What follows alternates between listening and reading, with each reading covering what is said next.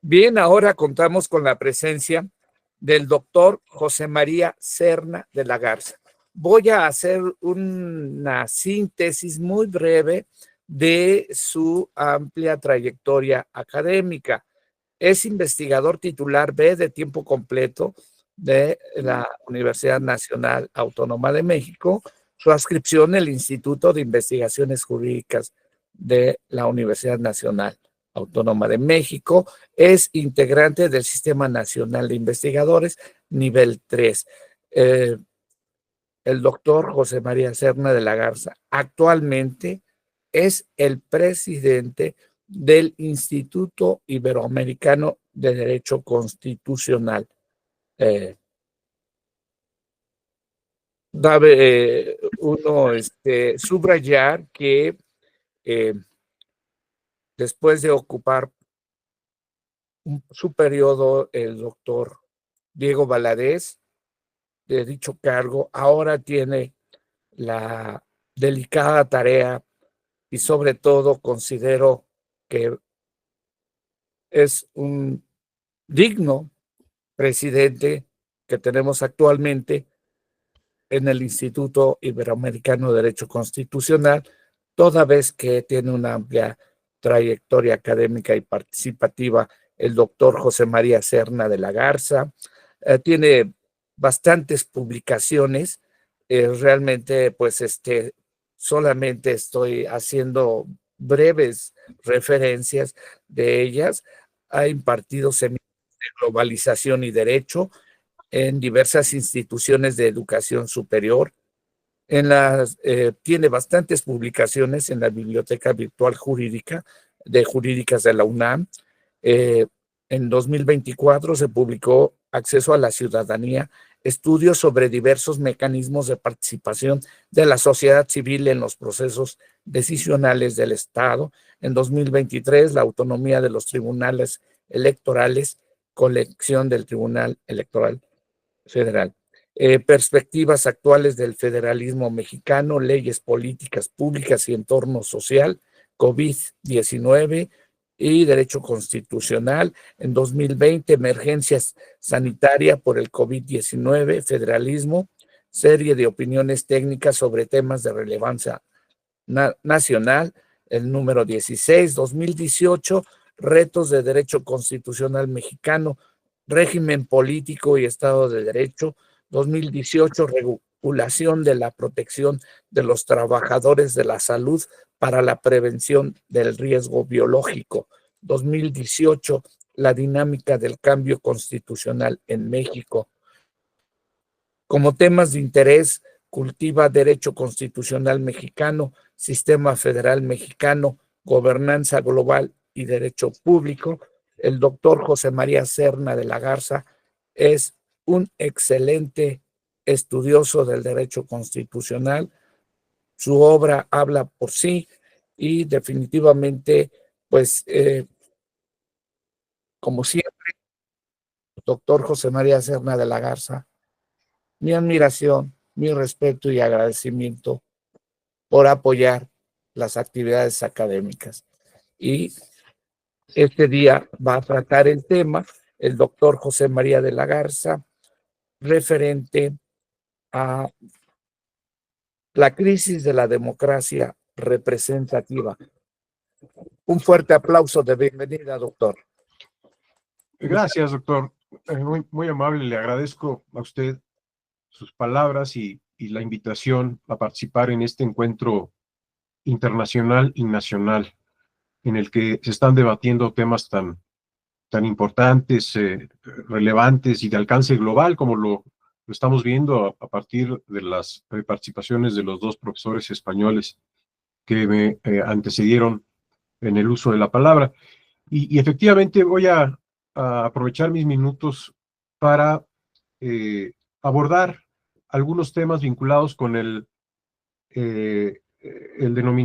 denominada crisis de la democracia representativa, que es un fenómeno que al parecer se está dando en muchos países en la actualidad. Y mencionar también que lo que voy a decir aquí está vinculado a un libro que me acaban de publicar aquí en la UNAM, en el Instituto de Investigaciones Jurídicas, que usted amablemente mencionó, doctor, que lleva por título, como usted bien lo dijo, Acceso a la ciudadanía, estudio sobre diversos mecanismos de participación de la sociedad civil en los procesos decisionales del Estado. Y aclarar también de una manera preliminar que mi participación busca inscribirse en una emergente corriente de pensamiento global que empieza a ser conocida como demoptimismo. Y esto lo digo porque a veces en los debates, en los últimos años que hemos tenido en la academia, en el foro, en la política, hay vientos como de pesimismo.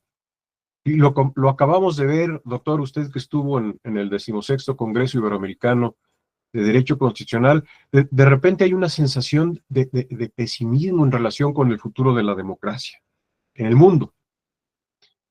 Y frente a esa sensación de pesimismo empieza a surgir una corriente que trata de cambiar las cosas, las percepciones, y empieza a querer crear un ambiente de optimismo, ¿no? Y a eso me voy a tratar de referir más adelante en mi ponencia. Esa corriente parte, sí, de la idea de que en muchos países la democracia representativa está en crisis, pero también propone que frente a esa crisis de la democracia representativa y constitucional puede haber una reparación. La democracia representativa y constitucional puede ser reparada. Esa es la idea o una de las ideas fundamentales de esa corriente que estoy mencionando. En inglés utilizan o emplean el término de constitutional repair, ¿no? Reparación constitucional. Bueno, dicho esto, debo decir por lo menos algunas palabras relativas a la denominada crisis de la democracia representativa. Y han surgido en los últimos años, los últimos lustros, toda una serie de apelativos para referirse a esa crisis. Y voy a mencionar algunos de estos conceptos que se han utilizado en la literatura, tanto desde el punto de vista del derecho constitucional como desde el punto de vista de la ciencia política. Se ha hablado, por ejemplo, de decadencia democrática. Se ha hablado de democracia desorientada. Se habla también de democracias iliberales. Algún autor ha empleado el término de constitucionalismo abusivo, en tanto que otros autores, dos profesores de Harvard, que han producido un libro muy conocido, nos hablan de cómo mueren las democracias. Y en esos libros y en muchos otros se puede ver lo que yo he denominado todo un vocabulario que expresa digamos, la parte esencial de esa crisis de la democracia representativa y que se refiere en específico a la relación entre gobernantes y gobernados, ¿no? A la relación entre representantes y representados. Y ese vocabulario está compuesto por palabras como las siguientes. Se habla del desencanto ciudadano con las instituciones de la democracia representativa. Se habla de su decepción, de la fatiga, de la erosión, del distanciamiento, de la desafección, del malestar, del alejamiento, de la insatisfacción de los ciudadanos, de la ciudadanía en general, respecto de las instituciones de la democracia representativa. Hay, por cierto, una serie de estudios, y en el caso de América Latina está el llamado latinobarómetro, que le pone números, le pone datos, estadísticas a esta decepción o a este malestar ciudadano en nuestra región respecto de las instituciones de la democracia representativa, y se pueden ver los datos de los últimos años en ese latinobarómetro, de cómo el apoyo por la democracia ha ido disminuyendo y cómo ha ido incrementándose un cierto apoyo por las opciones de tinte autoritario.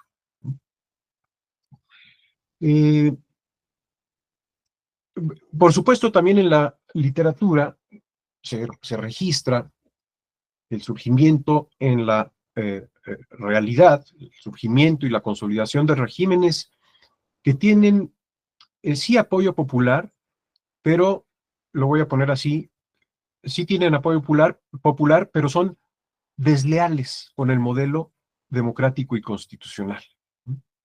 Y es una deslealtad con el modelo democrático y constitucional que se expresa por lo menos de dos maneras. Una primera manera de expresión de esta deslealtad es que este tipo de régimen o este tipo de gobierno al que me estoy refiriendo llegan precisamente al gobierno a través de elecciones auténticas y competitivas, pero una vez que están en el poder, empiezan a crear condiciones para que las elecciones sean menos auténticas, menos competitivas y menos equitativas. Eso por un lado. Y por otro lado, una vez en el poder, estos regímenes comienzan a desmontar la institucionalidad construida con base en el principio de separación de poderes, ¿no? Un principio que, como bien lo dijo el doctor Ángel Sánchez, pues es esencial a cualquier Estado de Derecho. ¿Cuáles son las causas? ¿Cuáles son las causas del surgimiento de estos regímenes y de estas opciones políticas? En cada país son distintas.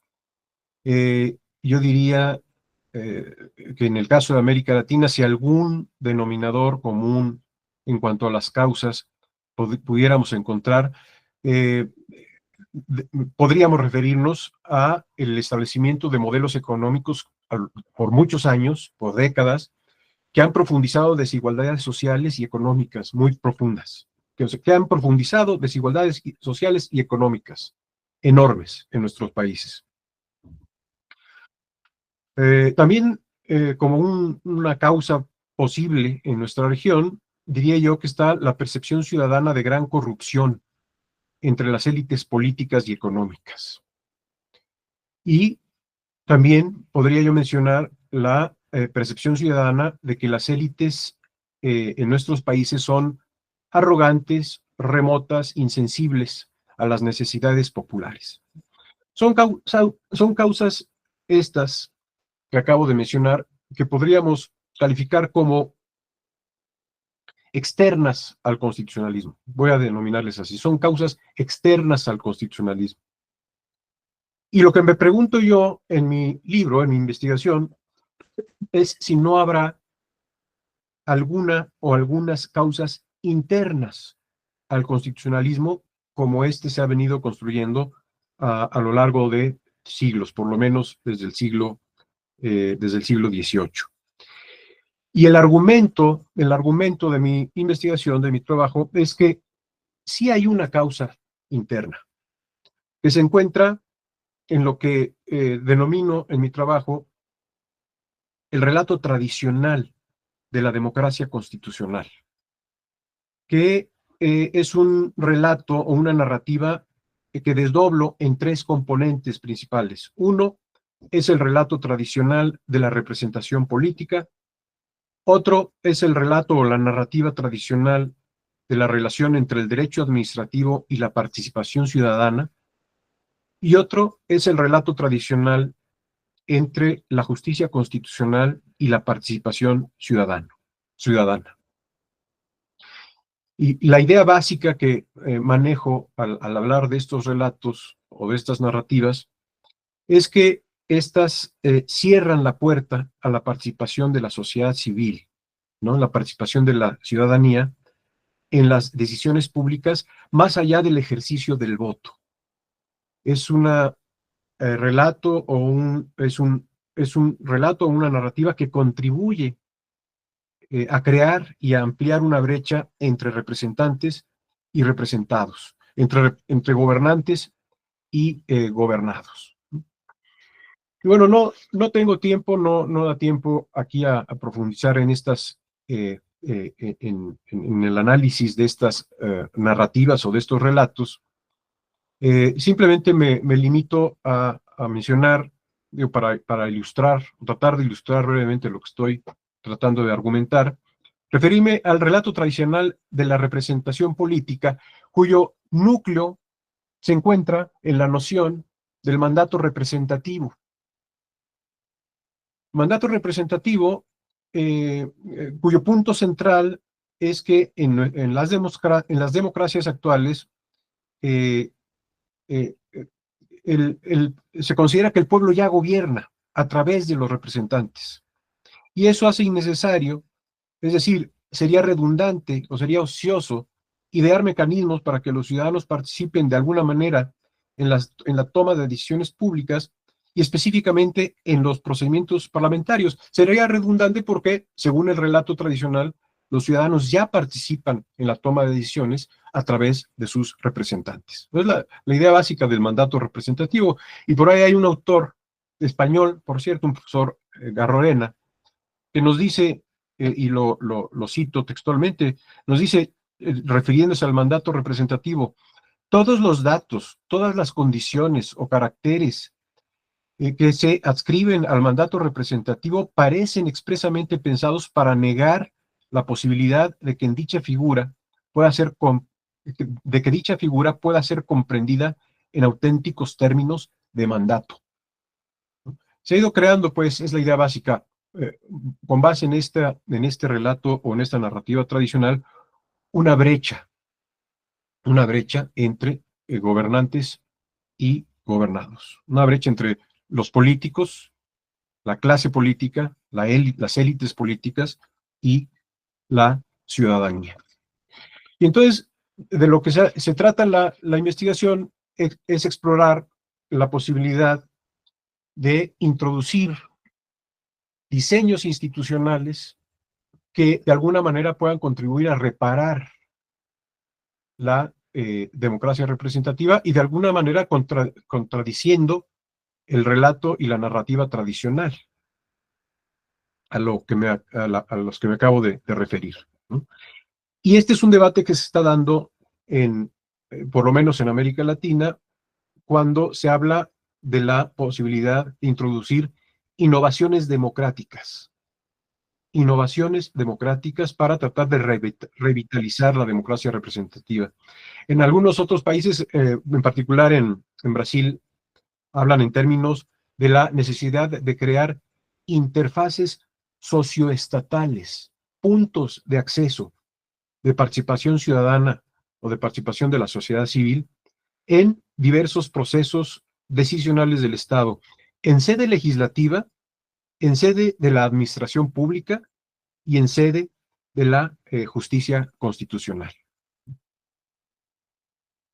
Y básicamente entonces de lo que se trata mi investigación es explorar cuáles podrían ser ese tipo de innovaciones democráticas, cómo podrían configurarse esos puntos de acceso de participación ciudadana en los distintos procesos decisionales del Estado, ¿no?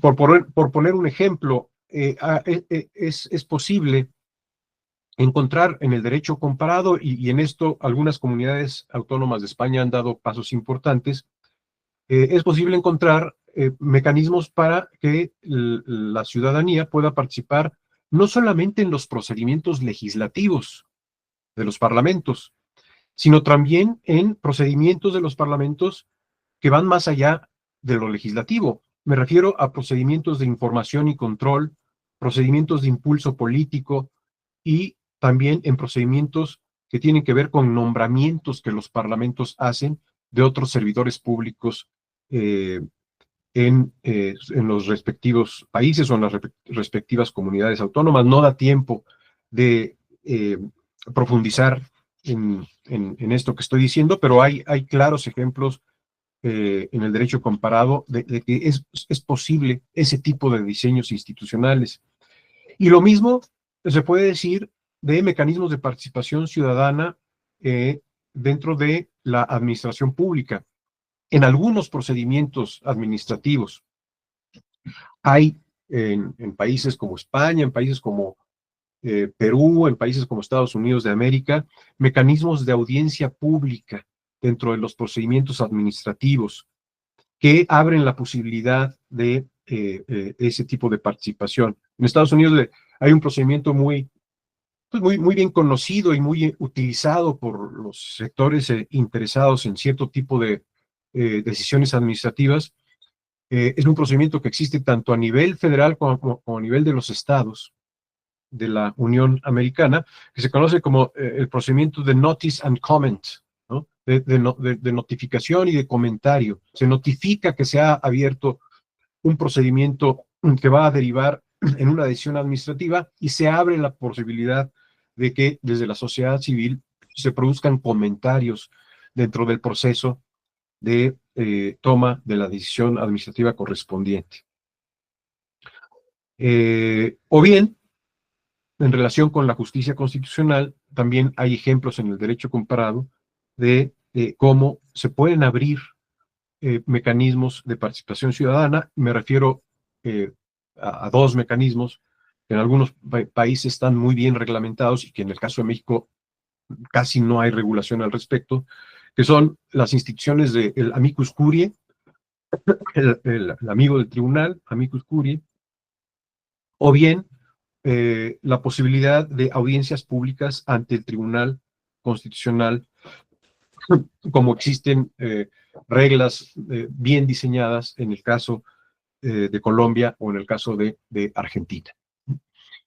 Bien, se agota mi tiempo.